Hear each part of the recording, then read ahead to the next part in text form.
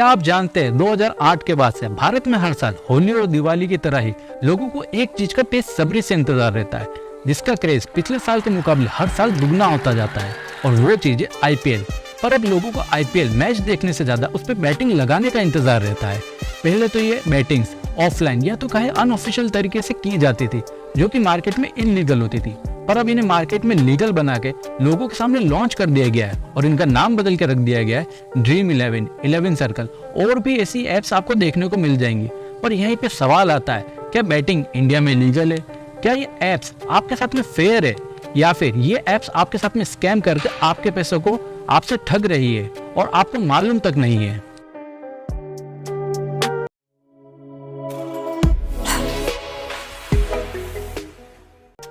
सबसे पहले भारत में ऑनलाइन बैटिंग नहीं कर सकते ऐसा कोई भी लॉ हमारे लॉ बुक में अभी तक तो नहीं है, मगर स्टेट गवर्नमेंट चाहे तो ऑनलाइन बैटिंग को इलीगल डिक्लेयर कर सकती है, जैसा कि 2020 में तेलंगाना और आंध्र प्रदेश सरकार कर भी चुकी है, तो इस बात का ध्यान रखिएगा। अब बात करते हैं ड्रीम 11 जैसे एप्स के बारे में, जो बार बार आपको टीवी पे अपने एड्स दिखा के मैनिपुलेट करती है और आपको इन एप्स में पैसा इन्वेस्ट करने को बोलती है और बोलती है कि आप 1 करोड़ तक जीत सकते हो। पर यहीं पे सवाल आता है, जीत सकते हो या फिर हम जीतेंगे ही? इस बात का कोई पक्का जवाब ये लोग भी नहीं दे सकते और इसी तरीके से ये लोग आपके साथ स्कैम करते आ रहे हैं। चलिए डिटेल में समझते हैं। 2008 में शुरू हुए ड्रीम 11 को कोई भी नहीं जानता था, कोई भी कंपनी इनको फंडिंग देने तक को राजी नहीं थी, बट आज ड्रीम 11 की वैल्यूएशन 6,500 करोड़ से भी ज्यादा की है। और यही नहीं, जहां 2020 में ज्यादातर कंपनी लॉस मेकिंग थी, वहीं पर ड्रीम 11 ने 2020 में 198 करोड़ का प्रॉफिट अर्न किया था। आज की तारीख में ड्रीम 11 के पास 100 मिलियन से भी ज्यादा के यूजर्स के साथ ये ऐप मार्केट में रूल कर रही है। पर यहीं पर बात आती है, ये ऐप आज भी गूगल प्ले स्टोर पर अवेलेबल नहीं है। पर क्यों? हमें से ज्यादा तो लोगों को आज भी यही लगता है कि ड्रीम 11 एक बैटिंग कंपनी है, लेकिन सच तो कुछ और है और यहीं पे कंपनी के बिजनेस सीक्रेट छुपे हुए हैं। कंपनी हमें जितना लगता है उससे कई गुना ज्यादा स्मार्ट है। जितने भी यूजर्स इस प्लेटफॉर्म पर गेम खेलते हैं, सारे यूजर्स को एक एंट्री फीस देनी पड़ती है। जिस एंट्री फीस के बदले उन यूजर्स को कुछ क्रेडिट मिलते हैं और उन्हीं क्रेडिट्स को यूज करके यहाँ पर आप अपनी टीम क्रिएट कर सकते हैं, जिस टीम के हारने या जीतने पे लोगों को कुछ प्राइस मनी मिलता है। फॉर एग्जाम्पल, जैसे आज आरसीबी और चेन्नई का मैच होने वाला है, जिसमें 1 लाख लोगों ने अपनी टीम बनाई है। अगर यहीं पे हर एक यूजर ने 49 रुपीज की एंट्री फीस दी है, यानी कि कंपनी के पास टोटल रेवेन्यू हुआ 49 लाख रुपीज का। टूर्नामेंट कंडक्ट होता है और रिजल्ट अनाउंस होता है। उसके बाद प्राइस मनी का जो पूल बना है, यानी कि 49 लाख रुपीस जो कंपनी ने कलेक्ट किए है, उसमें से 80 to 85% लोगों को वापस डिस्ट्रीब्यूट कर दिए जाते हैं एज ए प्राइस मनी, और बाकी का बचा हुआ 15 to 20% कंपनी के पास एज ए प्लेटफॉर्म फीस रह जाता है, जो कंपनी का प्रॉफिट होता है।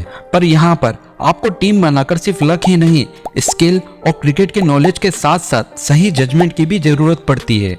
इसीलिए गवर्नमेंट ऑफ इंडिया ने फैंटेसी गेमिंग को बैटिंग में काउंट नहीं किया है, क्योंकि यहाँ पर लक से ज्यादा स्किल की जरूरत पड़ती है।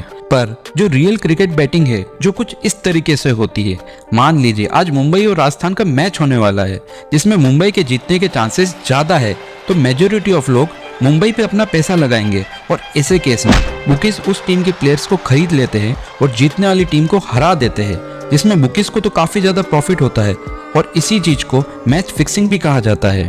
पर फैंटेसी गेमिंग में यूजर्स को दोनों टीम से प्लेयर सेलेक्ट करके टीम बनाने का मौका मिलता है, फिर चाहे मैच कोई भी टीम जीते कोई फर्क नहीं पड़ता और यहाँ पर फिक्सिंग होने का चांस भी नहीं रहता। लेकिन फिर भी ड्रीम 11 खेलने के लिए लोगों से कुछ पैसे चार्ज करती है, इसीलिए आज भी ये गूगल प्ले स्टोर के गाइडलाइंस के अगेंस्ट है और यही वजह है कि आपको ये ऐप गूगल प्ले स्टोर पर देखने को नहीं मिलती है। पर यहीं पे सवाल आता है, ऐसे केस में भी क्यों फैंटेसी गेमिंग एप्स को फंडिंग मिल रही है और दिन पर दिन मार्केट में इस तरह के नए नए प्लेटफॉर्म बनाए जा रहे हैं? क्योंकि लोगों को पता ही नहीं इनका एक्चुअल प्रोडक्ट गेमिंग नहीं है, इनका एक्चुअल प्रोडक्ट है आपका लालच और आपका ईगो। जो साइकोलॉजी के स्टूडेंट्स होते हैं उन्हें अच्छे से पता होता है कि इंसान में ये 7 फीलिंग्स है जो वो चाह कर भी कंट्रोल नहीं कर सकता, और कंपनीज इन्हीं को अपना मार्केटिंग टूल बना के कंटिन्यूसली ग्रो कर रही है और आईफोन भी यही करती है, पर वो किसी और वीडियो में। मान लीजिए आपने किसी मैच पर पैसा लगाया और आप जीत भी गए, जिससे आपको कुछ स्मॉल अमाउंट मिला, पर उस पैसे को दुगना करने के लिए आप उस गेम को दोबारा से खेलेंगे, जिससे आप गेम खेलने के एडिक्टेड हो जाएंगे। और इसी चीज को ग्रीड या कहे लालच कहते हैं। बिकॉज थोड़े ही टाइम में आपको ये पैसे अर्न करने का शॉर्टकट लगने लगेगा, जिसकी वजह से आप इस गेम को बार बार खेलेंगे और कंपनी आपसे यही चाहती है। सेकंड केस होता है, अगर आप किसी मैच पर पैसे लगाते हो और हार जाते हो, तो ड्रीम 11 ने अपनी मार्केटिंग कुछ इस तरह से की है जहां पर आपको आपके स्किल्स और क्रिकेट की नॉलेज की जरूरत होती है, जिसकी वजह से आपको लगता है कि आप इस बार नहीं तो नेक्स्ट बार ट्राई करके जरूर जीत जाओगे। और अब आप इस गेम को खेलना नहीं छोड़ोगे, क्योंकि अब आपके ईगो को यूज किया जाता है और इस चीज को आपके लिए एक चैलेंज बना दिया जाता है। फिर आप भी वही चीज करते हो जो कंपनी आपसे चाहती है। आप अपने ईगो को यूज करके इस बार पहले से बेटर खेलूंगा, यही चीज सोच के इस स्कैम में फंस जाते हो। दोनों ही केस में आप दोबारा खेलोगे। यही बिजनेस मॉडल को यूज करके ड्रीम 11 और ऐसे प्लेटफॉर्म्स आपको इनका एडिक्टिव बना देती है, बिकॉज ये एंट्री फीस इतनी कम रखती है और प्राइस मनी को इतना ज्यादा रखते हैं कि आप ना चाहते हुए भी इनके स्कैम में फंस जाते हो। सेकेंड, अब आप जितना भी पैसा इस गेम में हार चुके हो उसको रिकवर करने के लिए आप इस गेम को बार बार खेलोगे और ना चाहते हुए भी आप इस गेम को छोड़ के नहीं जा पाओगे। थर्ड, ड्रीम 11 की विड्रॉल लिमिट इन्होंने 200 रुपए सेट कर हुई है। मतलब जब तक आपके 200 रुपए नहीं हो जाते तब तक आपको गेम को बार बार खेलना पड़ेगा, चाहे आप हारो या जीतो, पर कंपनी हर हाल में पैसा अर्न करेगी। यही रीजन है कि कंपनी के पास कोई भी रियल प्रोडक्ट ना होते हुए भी कंपनी करोड़ के प्रॉफिट अर्न कर रही है। अब आप लोग बोलेंगे कि क्रिकेट तो हम लोग देखते ही है और ये कंपनी हमें पैसा कमा के भी दे रही है, तो मैं आपको एक चीज क्लियर कर दूं कि आप पैसा ही नहीं बल्कि अपना टाइम भी इसमें इन्वेस्ट कर रहे हैं, बिकॉज इन एप्स की वजह से आप ना चाहते हुए भी सही से मैच को एंजॉय नहीं कर पाते। तो जो टाइम आप इन एप्स पे यूज करते हो, अगर आप किसी यूजफुल चीज में करोगे तो बिना किसी लॉस के आप बैटिंग से ज्यादा पैसा कमा सकते हो, कई नई स्किल्स को सीख सकते हो, अपनी हेल्थ को इम्प्रूव कर सकते हो और न जाने क्या क्या कर सकते हो।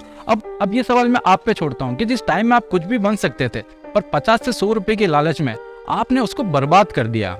आज की वीडियो में बस इतना है। आपको वीडियो कैसा लगा कमेंट में बताइए। साथ ही वीडियो को लाइक और शेयर करना ना भूले। चैनल को सब्सक्राइब कर नोटिफिकेशन बेल दबाएं ताकि आने वाले कोई भी वीडियो को आप मिस ना कर सके। धन्यवाद।